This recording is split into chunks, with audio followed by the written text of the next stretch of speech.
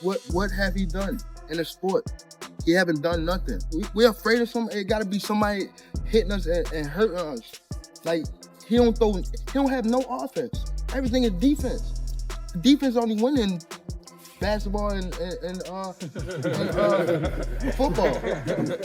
Shit don't win in boxing. I'm the #1 contender to fight Tank. So either you got to wait on the back burner or let's get the fight going. But we're still waiting to see what Tank doing. And then I think we're lining that Lucas Body fight up, hopefully, because y'all know I want to get him up out the way. Tank is the fight. That's why I'm calling it out now. His mandatory. We hold 2 WBA belts. But we don't want Tank to run the 140 now. We want to fight Tank because he's the best right now. Gervonta Davis has finally broken his silence after being called out by Floyd Schofield. And once again, the attention has shifted toward one of the most feared figures in the sport. Stay on your P's and Q's with Tank for the whole 12 rounds. That is, to me, the biggest test for Floyd. He got to keep his mind in the game for 12 rounds. But that's a talk for a different time. I ain't trying to get to that. Yeah, it would be a personal one there. Yeah, man. I'm going to make sure. I would love for that fight. Y'all talk about it, man. Floyd Schofield Sr. has made it absolutely clear. His team is gunning for Gervonta Davis next. In his view, Tank represents the true measuring stick for his son, Austin Schofield. Not because they see it as a winnable bout in the conventional sense, but because Davis is widely regarded as one of the sport's most lethal threats. According to the elder Schofield, Austin possesses the composure, grit, and fighting approach necessary to cause real trouble for Tank. He also made it known that they have no intention of taking the slow route or settling for low-risk opponents. They're chasing the ultimate challenge, and Davis is the name at the top of their list. On top of that, Schofield Sr. didn't hold back when it came to Shakur Stevenson, suggesting that his son would apply relentless pressure and turn any clash with Stevenson into an all-out battle. The difference when you go in there and break somebody's nose or their jaw when you're fighting.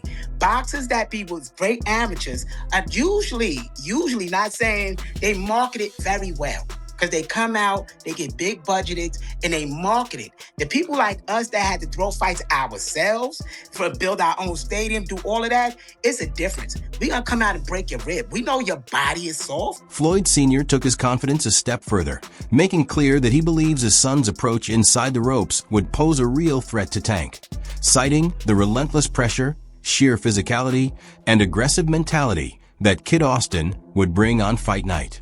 In his eyes, Davis wouldn't simply be facing a young prospect looking to survive. He'd be up against someone determined to make every round a grind. Stevenson's name came up once again as well, with Sr. insisting that Floyd wouldn't let Shakur settle into a comfortable rhythm or fight at his preferred tempo. All in all, the Schofield camp left no room for doubt. They're chasing high-stakes matchups and are convinced that Kid Austin has the tools to turn heads if given that shot.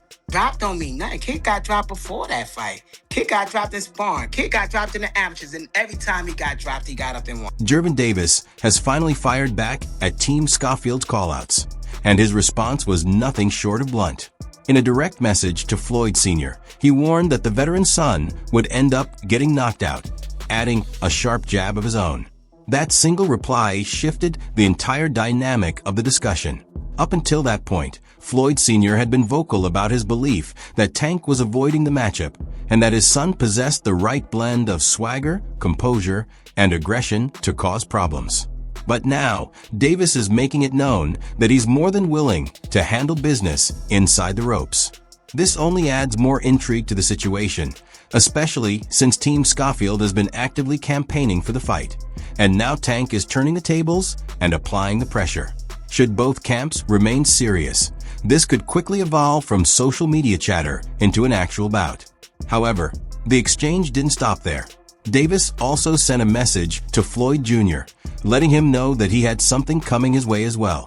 Meanwhile, Floyd Sr. pushed back against fans who assumed Davis would make quick work of his son, insisting that people are underestimating Austin's pedigree simply because of his age.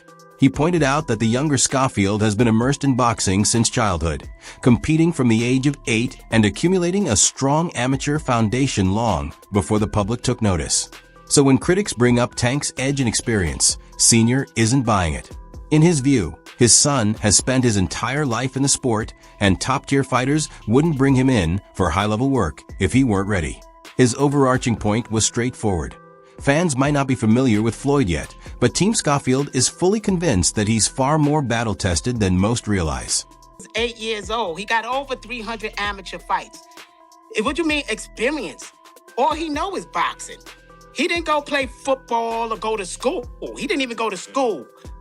So experience, they don't got more experience than him, or they want to call him in to help them get ready for their championship fights.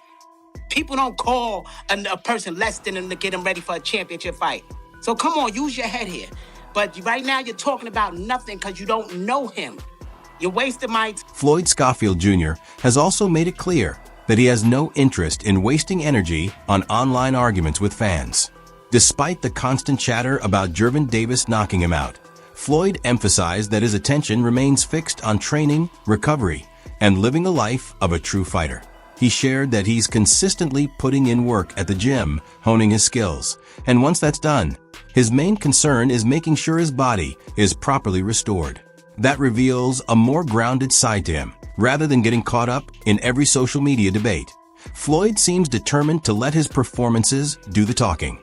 For him, engaging with fans who have already made up their minds only leads to unnecessary frustration. So even as the outside noise continues to grow, he's doing his best to remain locked in on the gym and whatever opportunity may lie ahead. With ignorant people who, no matter what I say, they're still going to be set on their opinions that I'm going to lose the fight or so-called. So why am I going to waste my time?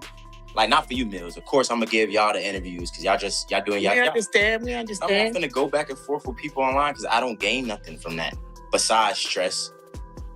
I ain't got time. Floyd Sr. then elevated the confidence even further, asserting that neither Gervonta Davis nor Shakur Stevenson poses a real threat to his son. From Team Schofield perspective, they believe Floyd has already been molded for exactly these types of matchups. He spoke with the conviction of a father who has invested years of sacrifice, training, and discipline into shaping his son from the ground up. In his view, audiences aren't simply watching a young fighter talk boldly. They're witnessing the culmination of a lifelong boxing journey that began early and was forged through relentless effort. That's precisely why he exudes such certainty when discussing Tank and Shakur. He genuinely believes Floyd isn't just capable of competing with elite names, but built to defeat them. Tank and Shakur and them ain't no threat for us. We got them ready for their fight. He sound like the father in there. He sound like I raised a good son. You probably not doing that with yours, or you would know that. Because I raised that. Hold up, young man, you're talking that. That's rule number one. So apparently your father didn't teach you that. That's talking while I'm talking. That's what I raised as a parent by myself since 2. From homeless. So hold up, young man. So understand greatness. Like I said, you understand greatness when you're speaking to it. That's what I raised from homeless. So if you can say, oh, he talked like a great man, I did a great fucking job. So like I said, you're witnessing great. Floyd Sr. didn't leave it at that either. He went on to reinforce his stance that Gervonta Davis has no real intention of facing Kid Austin.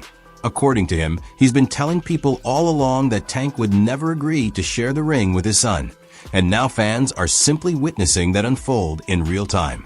From his perspective, Davis already had an opportunity to take on Floyd when he was the mandatory challenger, yet the bout never materialized. He also referenced previous remarks, in which he claims Tank admitted he wouldn't fight Kid when Floyd was just 17 years old.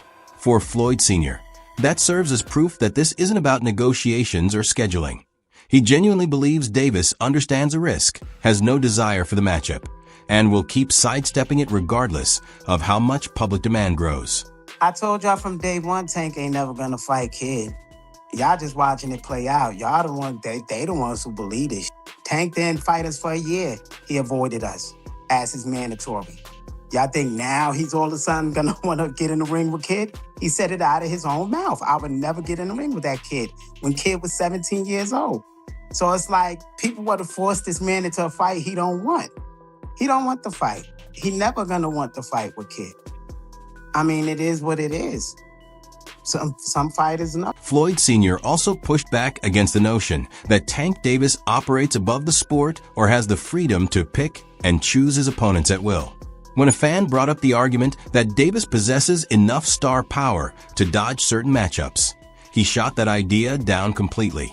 In his view, no fighter, regardless of fame or financial draw, is bigger than boxing itself. He made it clear that if Tank is ordered to face Floyd and still refuses to accept the fight, then the governing bodies ought to hold him responsible. According to Floyd Sr., champions have their time in the spotlight and then fade, while the sport inevitably moves forward with new faces. So from his perspective, Tank might be a major attraction at the moment, but that doesn't grant him a pass to sidestep his obligations. One of your fans says, Tank, bigger than y'all program, he do whatever he wants to do. You believe that? He can do whatever he want to do. They want to mandate him to fight us, and they want to be stripping him. So that's bogus. Nobody is bigger than boxing. They replace these champions left and right. We only have 10 to 12 years on that throne before they replace them.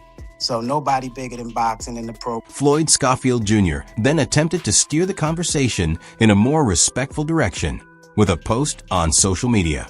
He expressed admiration for Gervonta, framing the back and forth as part of the promotional build rather than genuine animosity, while acknowledging that a world title shot is ultimately at stake.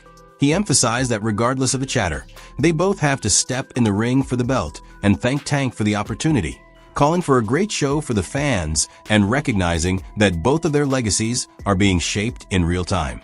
That message brought a different energy after all the heated exchanges between the two camps.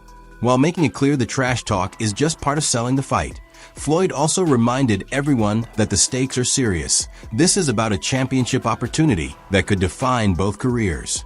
Shortly after, Boxing Kingdom reported that negotiations are reportedly advancing for WBA lightweight champion Gervonta Davis to take on mandatory challenger Floyd Schofield Jr., with both sides having until June 22nd to finalize a deal before purse bids become a factor.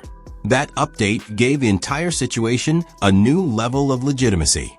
Following all the callouts, media appearances, and pressure from Team Schofield, it now appears the matchup is actually progressing through the formal business phase.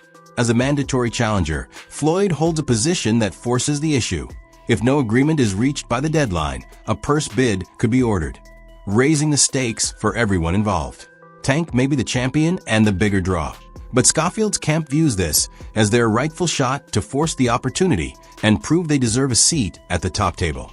At this point, the fight is no longer just about who talks the loudest. It's about whether the business machinery can catch up to the buzz that's already been generated. Adding to the momentum, an interview featuring Tank Davis's coach Kenny Ellis alongside Floyd Sr. and Kid Austin further fueled speculation, with all parties speaking openly about the possibility of the bout coming together. That conversation made the whole thing feel even more tangible, as both sides are now publicly addressing what could unfold next. This fight, I think would be good for Tank. Because even both Tank need a tune-up, Floyd need a tune-up. The whole goal in boxing is to fight the best. And Tank is the best. I don't care what nobody say. I know we the underdog. But how do you challenge yourself? My son really challenge himself. I agree, but it's not up to me and you. Hopefully, right, whoever's in charge, they can make it happen, for whatever it takes. But it's a good fight. It's a good fight. Real good fight. Well, right now, Oscar and them claim they talking to PBC that they're in negotiations for that fight. Tank is coming back. So these guys better be ready. They better be ready. So we have a tweet, with Tank saying he will get his little ass whooped. I have none of those twitches that Tevin has. I'll beat the dog out of this.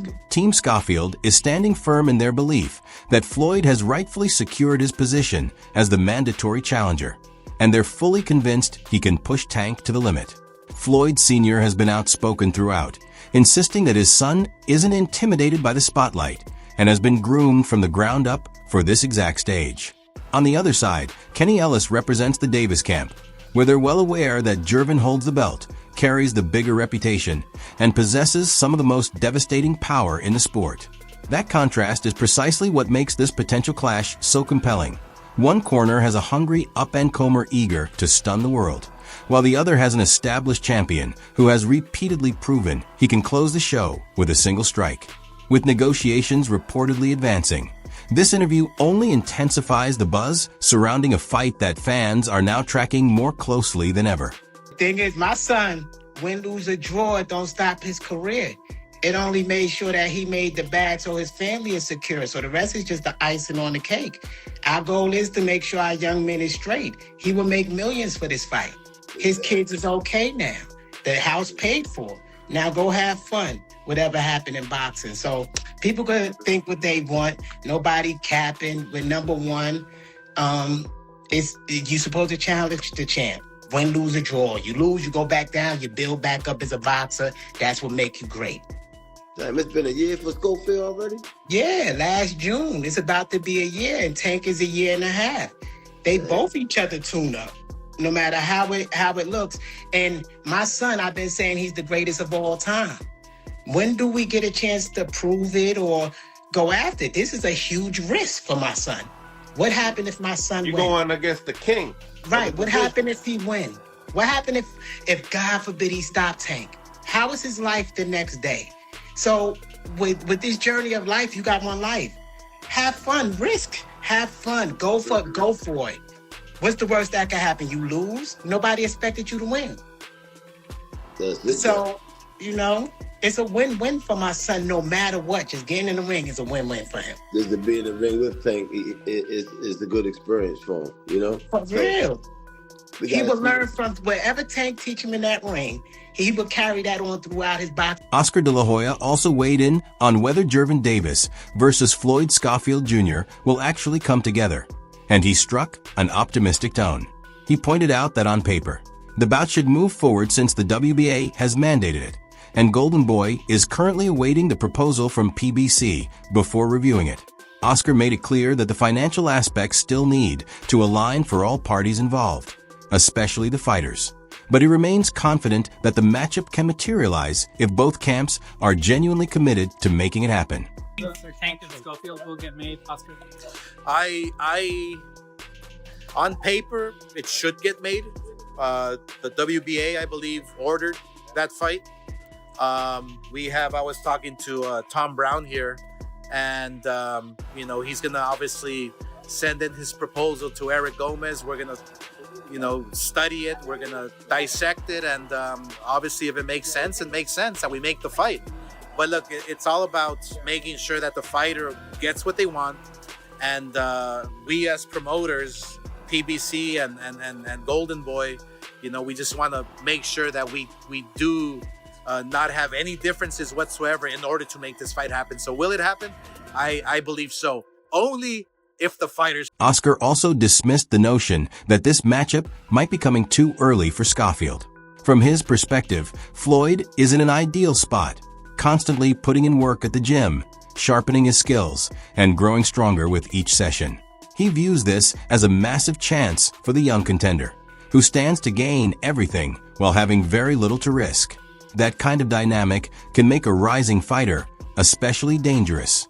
Should the Davis bout become official, Floyd would be stepping into the most significant moment of his career, with the power to alter his entire trajectory in one night. I keep saying that. I think Floyd Schofield is in a great position.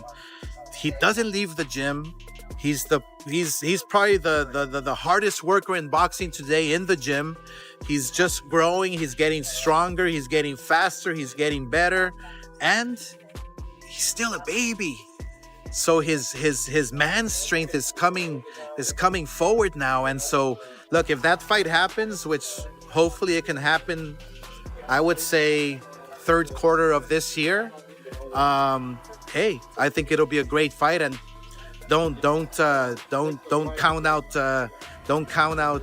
Floyd Schofield, because he has everything to win and nothing to... Bernie Thaw also weighed in on the WBA ordering Gervonta Davis versus Floyd Schofield Jr., and he didn't mince words when addressing Team Schofield's level of confidence.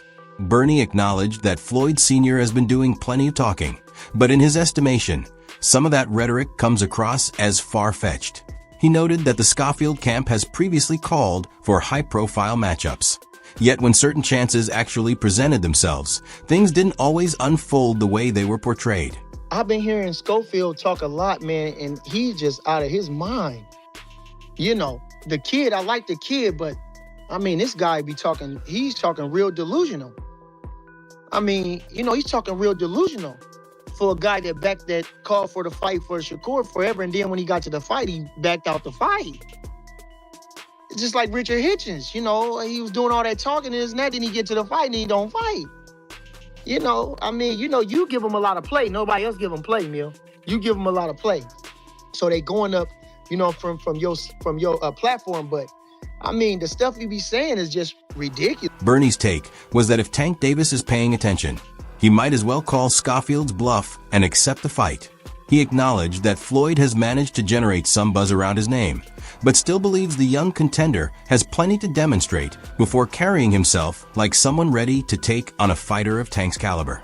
For Bernie, the matchup definitely holds intrigue, but the real weight falls on Floyd Schofield Jr. to validate all the talk.